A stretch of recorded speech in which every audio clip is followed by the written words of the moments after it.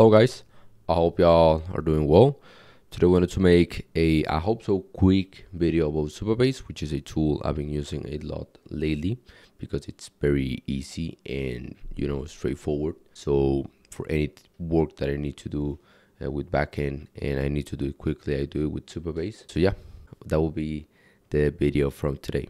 So yeah, first thing is the question, what is Supabase? And Supabase is an open source Firebase alternative. If you have never interacted with Firebase, it is simply a backend cloud service sold by Google, like AWS, which hosts databases, storages, authentication, and integration for a variety of applications, the same as Supabase does, but open source. But you may ask, what can I use Supabase for in my project? Let's say you have a Notes app and you are currently storing the information using local storage or in any other way other than a database. Well, Supabase allows you to save that information and retrieve it. This ensures that whenever you access your Notes project, the information is always present and saved, as it is stored and retrieved through Supabase. Moreover, with the same Supabase service, you can add authentication. This means that specific notes are saved by particular users and can only be accessed by them. There are many more use cases like this. The notes one is just the one we'll showcase today as how to do it, so you can implement those concepts to other projects that you have. A little bit of a disclaimer, it is that if you are new to backend development or unfamiliar with SQL and PostgreSQL, from experience I would recommend at least grasping the basics or the data types. This knowledge will make working with Supabase more comfortable. And well, for those interested in SQL and PostgreSQL, or more specifically relational databases, I'll highly recommend the free codecamp course called Relational Databases, which explores a little bit of Linux, but mostly relational databases, which can go hand in hand. But if time constraints or lack of interest prevents you from taking the course now, no worries at all, we can proceed. But exploring resources like this course or related videos that can help you explain those concepts of SQL, at least the basics, could really be beneficial long term. So the project example that we'll be working on and explaining the concepts with is straightforward Byte plus React project. In this project, notes are currently stored in local storage, on this function. But if you can see here, if we add a note, we can see it on the storage right here, as you can see, notes. And the objective is to save, fetch, and delete these notes using Supabase rather than the quite inefficient and maybe unsafe local storage. So yeah. And in the repository below, you will find this actual project, and it will have two components, one called local storage nodes, which is the one we're seeing right now, and the other one will be called Supabase nodes. You won't see it like this, it somehow compiled itself, so you don't have to worry about that, but essentially we'll do all of the work in local storage nodes.csx, and it will end up looking like Supabase nodes.csx compiled itself in a weird way, but you don't have to worry about that. We're going to fully be working on this component, and that is if you wish to follow along. However, it is not necessary, as my focus will be more on explaining the underlying concepts rather than the project itself. Like, it doesn't matter this notes project in the long term, since it's not something that we will use, but it is something that I will use in order to show you guys how to fetch, update, upload, and things like that to Supabase. So setting up Supabase, we'll first enter here, and I have the dashboard since I have signed in. After signing up and logging in, you will see a dashboard like this, hopefully without this message. And there are two buttons, one for new project and one for new organization. New project is quite self-explanatory. When you have a new project, like a notes app, a calculator, or something of a bigger scale, you can add it from here. But new organizations are quite unique. If you are collaborating with a team or a shared project, this can be really helpful. But if you're using Supabase individually, you can just leave one organization with just your name as an example. But let's create a new project in the organization called Fred. And here, the names, you can do whatever you want, but we can do Fred notes, and the password can be one that you would like. The region is quite a unique one, which is where the server will be hosted. It is most importantly to select a region that the users of your project are located at so they can have the best experience. So for this project, we'll leave it at West US, North California, and we'll do create project. Oh yeah, and while it is creating the project, I wanted to clarify in this actual nodes component, you don't have to understand everything that is going on, since we're going to delete most of it when implementing Supabase. So yeah, that is something, if you're following along, you don't have to worry about understanding this component at all, or understanding what this local storage is doing right here. So yeah, no worries about that. Once created, you can read what's in the page, but it isn't necessary. But before going further, let's organize our actions efficiently by creating a simple to-do list to set up our database, because that way we can be more organized. And well, I created one right here, which the first step that we will do, and you can see in the timestamps reflected these steps. So if you want to skip to one specifically, you could do so. But for the first step, we will create a SQL table to store the nodes. So things like the node itself, the ID of the node, which will be auto-generated, and things like that. Second thing is to connect the database to the project. Third is to upload our first node to the database. Fourth is to fetch the actual nodes we have uploaded. And fifth, we'll add a function to delete the nodes/information, making the Supabase database very efficient at doing a lot of things like uploading, fetching, and deleting. So after defining our goals, the first step is to create a table to store the data. You can find the option on the left called Table Editor. Please do not get overwhelmed on all of these icons, since we're going to look at most of them but not all of them. But seeing these many icons, the amount of things that you can do right away could feel a little bit overwhelming if you're new. So please do not worry about it. Let's go first to Table Editor.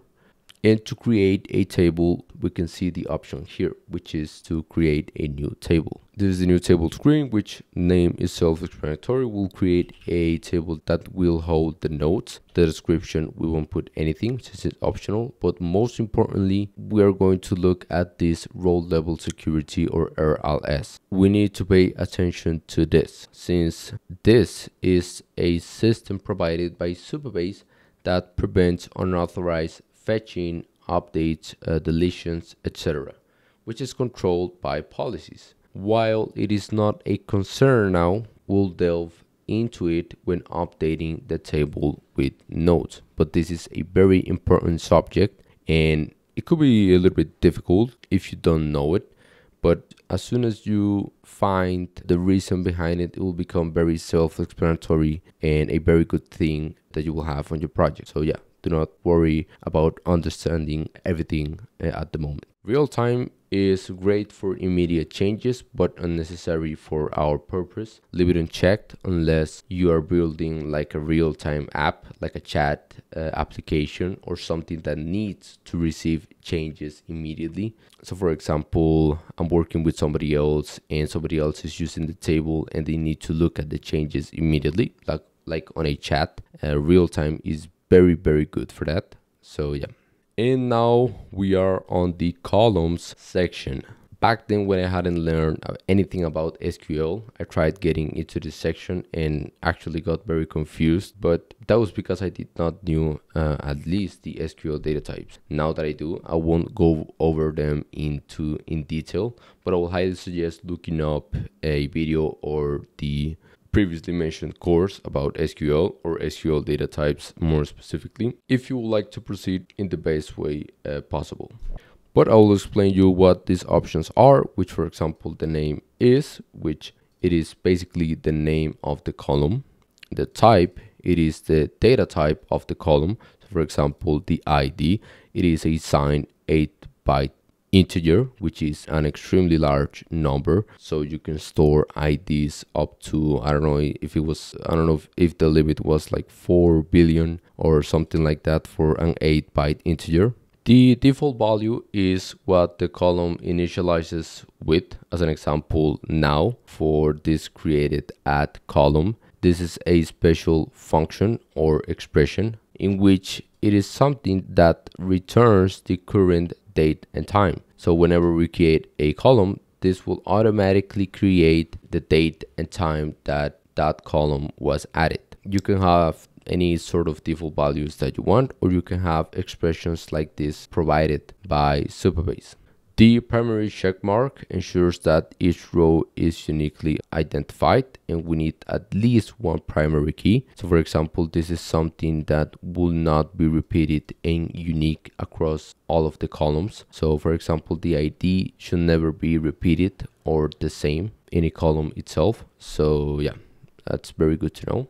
And at last, we're going to check the extra options, which is this gear right here. And first thing is the is nullable, which means that we can provide no value to the column and it will be initiated as null. This is specifically good for apps that may or may not have information in a specific column, like for example, a cover letter in a form, which could be nullable since cover letters are mostly optional. The is unique is basically what it mentions, which is that the value provided in an is unique column should not be repeated across rows. So it should be actually unique. And at last, defined as array is to basically initiate the value as an array, and you can put any data that you would like in it.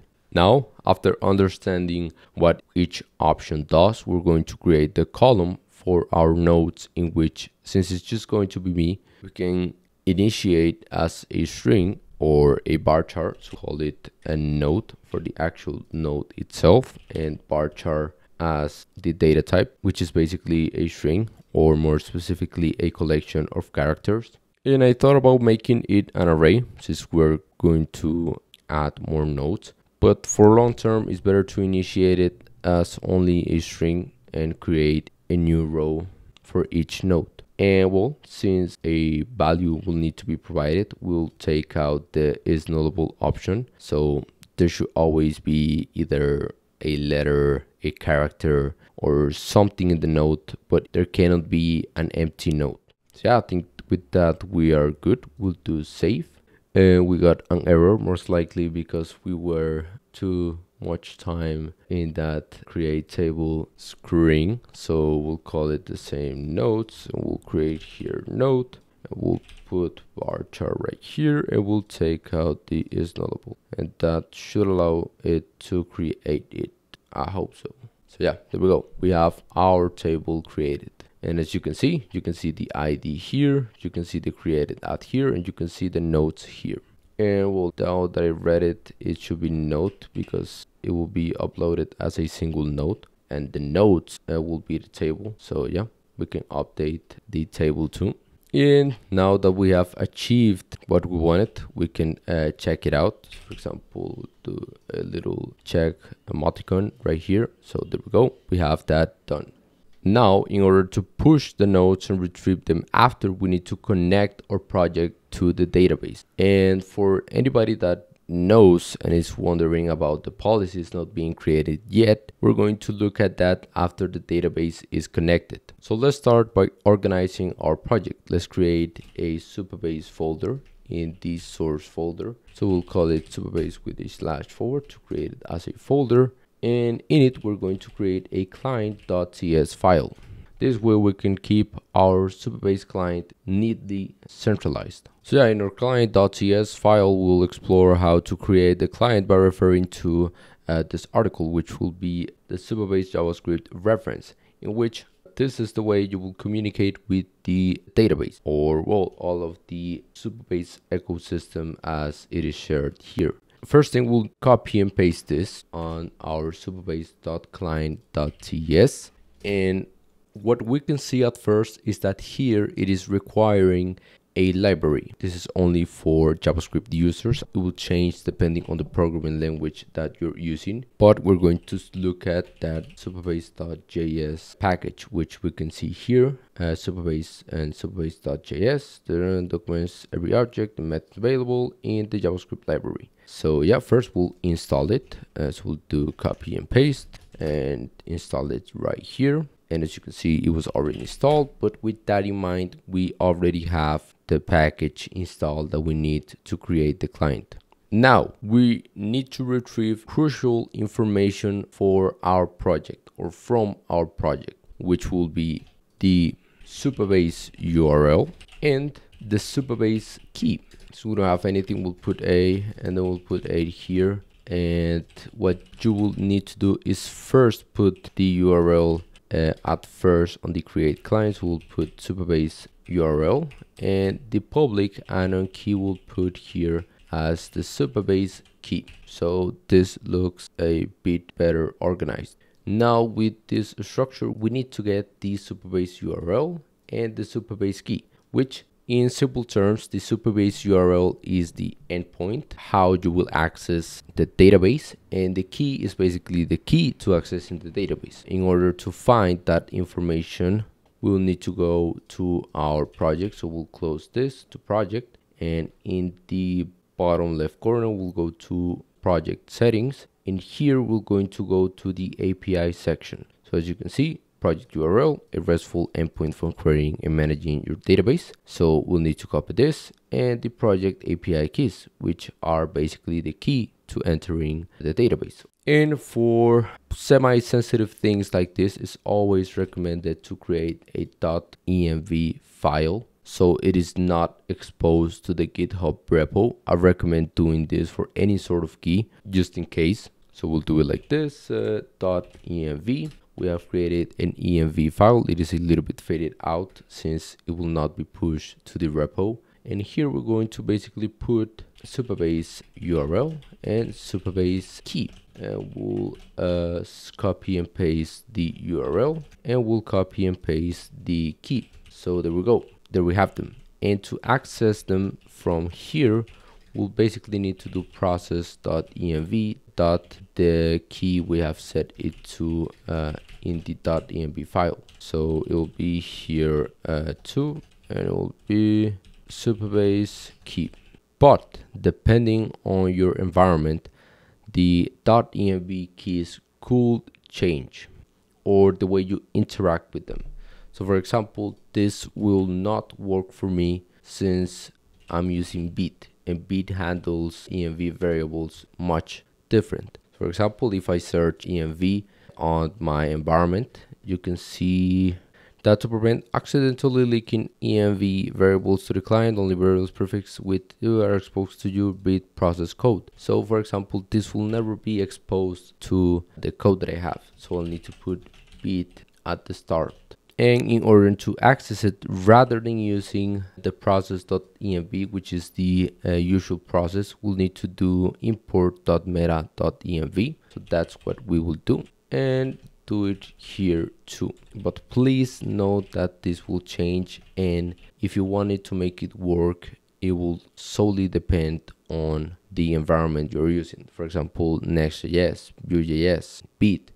These different environments will change the behavior of how you access these keys. So for example, in Next.js, I know that it is next_public_, and you will be able to access it with process.env. But if you don't have any environment, what can I do? What you can simply do is install this package called .env, and once you install it and then import .env.config and do it this way, you will be able to access those keys. But before going further, if it seems to not be working the env keys, what you can do is do a console log Supabase, and we'll import the client we have just created. And with that, as you can see, we're having an error. So we did not really connect the client properly since we are getting an error here. So that is the way to debug whether or not you have actually created the client properly. So as I was able to see, I didn't add the bit prefix, so we'll add it here. We'll do it like this. We'll refresh it, and there we go. We can see the information, and this is an indication that we have connected it now successfully. So yeah, with that, we can now check on Scholarly Draw about connecting the database to the project, since we have now the key and the URL. With the successful connection, we now utilize / import the client we have created in this client.ts component and import it to here. We'll do import Supabase, since that is how it is called. And here comes the magic, which is that we can use JavaScript methods, as we can see here, to insert data to a table without requiring SQL queries, even though you can do if you want. But this is provided from the .js library, so all of the queries are done automatically, and you just have to use this sort of methods. So yeah, since we are transitioning from local storage, we can remove everything local storage related. The use effect we'll need to use in a bit, but yeah, we have cleaned up the code a little bit. I would like to remove this set nodes to nodes and so on, since we're going to update the data, but we'll keep these two pieces of logic, which this will prevent pushing nodes that are empty. And what this will do is reset the node to be a empty string when the function ends. So yeah, with that, let's actually insert data to our table, in which what you want to do is do const to initiate a way to use what is being passed through by the Supabase client, in which we'll want to at least get an error if there is an error present. As you will see in the fetching one, we'll actually request data, but in order to insert data, we can just request the error to see if there are any errors when we insert data. And we'll call this Supabase variable, then we'll put a .from to select what table we would like to insert the data to. So in our case, it will be, as you can see here, nodes. So we'll do nodes here, and the data we want to insert, we can simply do .insert, and we're going to parse the columns, and we want to specifically add a new column with just a node information. So we'll do node, it will be new node. So with that, that should upload the data properly. And to utilize the error, we're going to do if error. So if something happens when inserting the data, we want to console.error, and we'll do, I don't know, unable to insert data, and do this and put the actual error here. And let's do an else, so we can put the set new node here. Oh, and I just had a mistake, which is that we need to use an await on the Supabase property, since it will be a server query. So we need to make this add node an async function, so that way we have all errors cleared. So now let's try inserting a new node. Let's refresh this. Let's do like this, and we can see that we have an error, and it says new row violates row level security policy for table nodes. And this is where I would like to get into the actual policies, or what you were able to see earlier, which is this option in specific, which is the row level security that prevents any sort of people to upload or insert data to your table. So to teach you how to be able to authorize yourself to insert nodes or do anything you would like, we are going to go to our table that has row level security active. And as you can see at the very top, we have no active RLS policies. So in that case, let's click it, and it took us to a page for policies specifically, which you can find in the authentication section. So if we click new policy, there are now 3 options. This wasn't just yesterday, but there is the get started quickly option and for full customization. So you can do, I don't know, a crazy or a very specific authorization / policy that you would like to do. And to teach you guys more about what policies are really, there are basically checks that you will need to meet, or if you don't want to, then you don't have to. But they are like saying, all right, so you have, I don't know, a driver's license, then you are allowed to drive a car legally, at least. So that is what a policy really is, which is a certification or a way to authorize that you are somebody that is allowed to do something. So for example, if we go to a new policy, you can of course see the documentation. I will highly recommend, even though once you get this well, you will be able to apply to any sort of policy that you would like to do. So let's get started quickly. The sun is hitting my face a little bit too much. I apologize for that. But as you can see, we have enabled read access to everyone. So this is basically anyone that has the URL and the API anon key.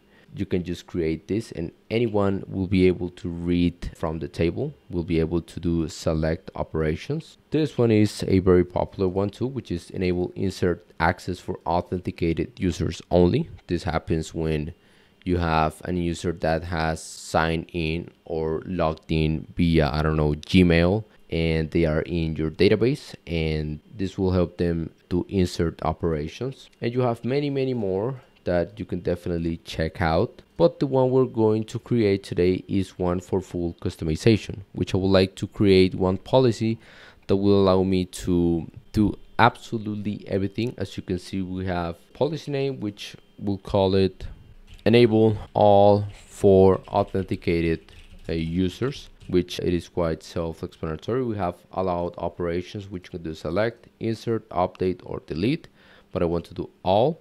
So in that case, we are given two expressions, which we'll get back to in a moment. But as you can see, we are saying authenticated users, but your question may be, how can I authenticate myself? And that's what we're going to do right now. We're going to get out of this and we'll add ourselves as a user, which is something that you can do. And I'm going to do this since we don't have any sort of authentication or sign-up system, and basically we would like to fetch, upload, delete, and more. To follow best practices, I rather create a user right here and input my information through here, which I will teach you how to do. So you will learn a little bit of authentication today too. But for bigger applications, for more serious applications, not this one is just an example. You will want to create a sign up / login system within the app that will actually save customers' data and be able to dynamically have that data logged in the app itself. But since it's just going to be an example, we'll create a new user, which here, I don't know, I'll put Fred likes Minecraft at gmail.com, and the user password will be Minecraft, and auto confirm user. This is something that's very good that Supabase provides, which is a confirmation email to people to make sure that the emails being entered are real. So yeah, we'll do create user, and we'll do not now to save it, and we now have a user in our database, which will be myself. So once saved, we're going to create a policy for authenticated users. For example, the policies we were going to create before, which was not here, it was for full customization, which will be called enable all for authenticated users, will allow us to do all operations, select, insert, update, and delete with the user we have created. So target roles is something we don't need to check today, but this is for creating a specific policy for different roles. For example, people that just have the anon key, people that just have the service role key. You can create custom things if you want. But here we would like to pay attention to these two expressions. One called the using expression, and the other one is for the with check expression. The using expression is used for select operation, for which we would like to just add through. So it is through that we are allowed to do select operations, which will help us fetch the actual data. And the other one is for all operations that result in any modification of the rows. So insert, update, delete. And for this one, we want to use something provided by Supabase, in which we are going to grab the column called user ID and do auth.uid and squarely braces or brackets. I don't know, I forgot their name. Which this piece of policy means that the column called user ID will return the ID of the user making the request. And just in case if you're wondering, this is the actual user ID. So for every user created, a user UID will be created. So this is a unique identifier, so it will not be repeated. And this will prevent unauthenticated users to engage with this policy, since an ID will be required. The reason this works is due to the auth.uid function being a helper function created by Supabase that automatically gets the user ID or the user UID. But if we do review and save here, save policy, we can see that we have an error that says column user ID does not exist, and that's very sad. I'm just kidding. We can create the actual column, so this will be a way for you guys to see how to edit the table.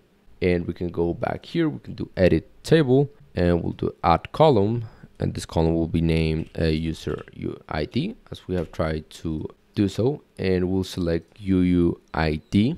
And rather this get random UUID, we can do the same function we tried passing in the policy, which is auth.uid and function, which, as you can see here, returns the user ID when rows are added or updated through the API. So let's say that there is somebody that is logged in. When they create a node, in that node there will be this column which will return or add the user UID, so the unique identifier I showed you before for my email. And we'll make sure that this is not nullable. This is want the user to be authenticated to make sure that no unauthenticated user is able to push anything to the table. So there we go, successfully created the column user ID. And we can now go back to authentication, go to policies. We're going to go back to here and do enable all for authenticated users, do all here. Then on the using through, do user ID here equals to auth.uid, and then close it here, and that should fully create the policy for just authenticated users to do absolutely anything. When that is done, want to create an use effect to make sure it is executed properly and only done once rather than re-render it. And what we're going to do is basically authenticate ourselves directly, so we can use auth.sign-in, not with token but with password. So as you can see, we can do that method, and then we can do an object which will do email, in which it was fredlikesminecraft@gmail.com, and then we can do the password, which the password, if you would like to enter that email, is Minecraft.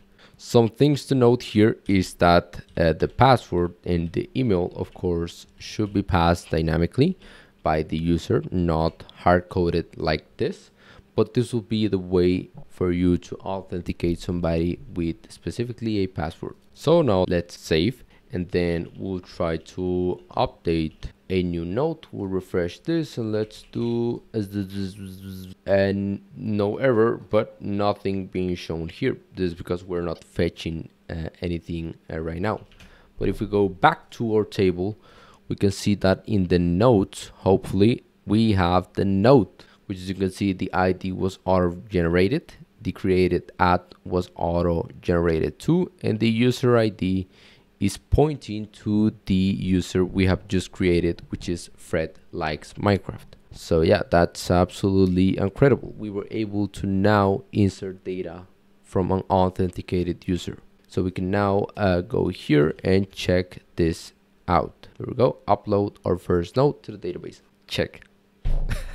So now, what was the next step on the thing? It was to fetch the nodes. That's something thankfully very easy to do. Now with a policy created, that enables all things to be executed. To fetch the nodes, we are first going to create an interface to describe what we're going to receive. So it will be something like, we'll do it outside the function, will be an interface data to describe the data we would like to receive, which will be the node as a string and ID as the number to get what ID of the string is. And this is something that you will need to do if you're working with TypeScript, but if you don't, then you don't have to worry. We'll do the const fetch data here below and make it as an async function, so we're able to do the await on the Supabase call. And this time we want to do data and error. So this way, not only it will return an error if something has happened, but it will return the actual data. So these are the two things that are usually used the most when doing a Supabase query. So we'll do await as usual and do Supabase. We'll do from to select which table we would like to get the nodes from, but this time we'll do a select method, which is the popular method of SQL to select the rows. So we'll like to select two rows, one which will be for node and the other one for ID. And here, to make it do something, if data is returned, so if the operation was successful with the API, we're going to do set node to data, which is the use state from here. And if there is specifically an error, we're not going to use a else conditional, since we'll like to check specifically if there is an error. We'll do, I don't know, could not fetch data, and then the actual error added here. Oh yeah, and I forgot that in this set nodes, we're just saying that it is a string of arrays. In this case, we'll want to do a data array. So there we go. We now have that solved, and fetch data is declared, but its value is never read. To execute it, we'll do use effect and do the same for the authentication, and we'll do fetch data and execute it. And for it to be updated only when nodes are updated. What error are we getting? It will be, oh yeah. And from the map, we'll actually want to do, rather than doing key index, we'll do node.id. And we'll remove this index since nothing is passed through there. And on the actual message, we're going to do node.node. I mean, it would be better to put it as like message, but since node.node is quite a bit, I don't know, weird, we can change it to nodes.map. And rather than node, we're going to do data and data.id and data.node. So it will look a little bit better. If we go back to our project, we can reload it. We can add a node and it will be added. And as you can see, we're able to add things. And this does not comes from, I don't know, the local storage or anything like that, since it's not implemented. It comes from Supabase directly. As you were able to see before, the new nodes were added dynamically. So there we go. We're now able to automatically insert and fetch data from the database. So we can check that here too, to fetch the nodes. And at last but not least, we'll add a function to delete the nodes / information. To delete a node from a table, it's quite simple. We want to remove everything from the delete node, and this time it will be actually everything. And we're going to do another query, which will be const error, since we're not going to receive any data, since this will be a delete function. We don't need to insert the data property. And we'll do await, and with every await, I need to remember that I need to put an async. And we'll do Supabase, and then select where we would like to delete data from, which will be from the nodes table. And then we want to just do delete. That will allow us to delete information from the table.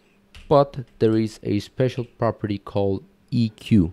What EQ is, as you can see, the column and the value. So we're going to delete things based on the ID and the actual value of the ID.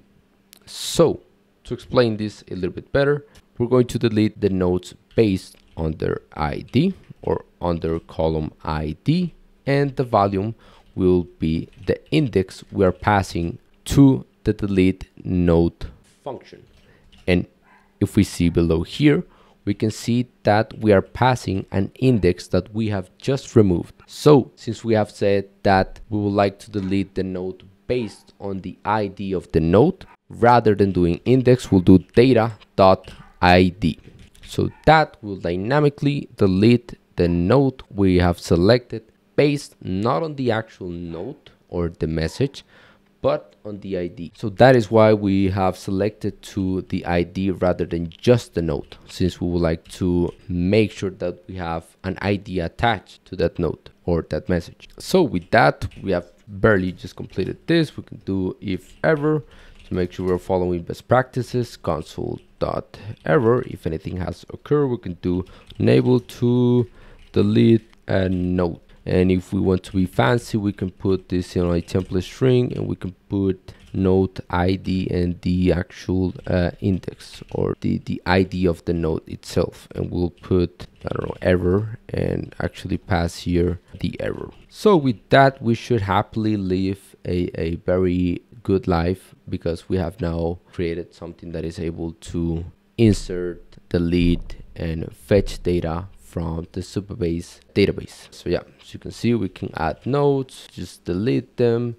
We can say, I don't know, hello, and then just add the node and just delete the node. And it's beautiful, since it's very simple, and it could allow you guys to get into backend in a much quicker way, or at least databases. So yeah, a tool like this is actually incredible. So let's, have this check to make sure we feel that accomplishment. So yeah, that was the project itself.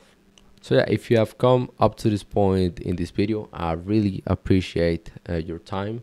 It is extremely valuable to me that you have been able to get through this whole video and hopefully learn from it. Please let me know down in the description, not in the description, but in the comments, what you thought about what I teach, and if I miss something out.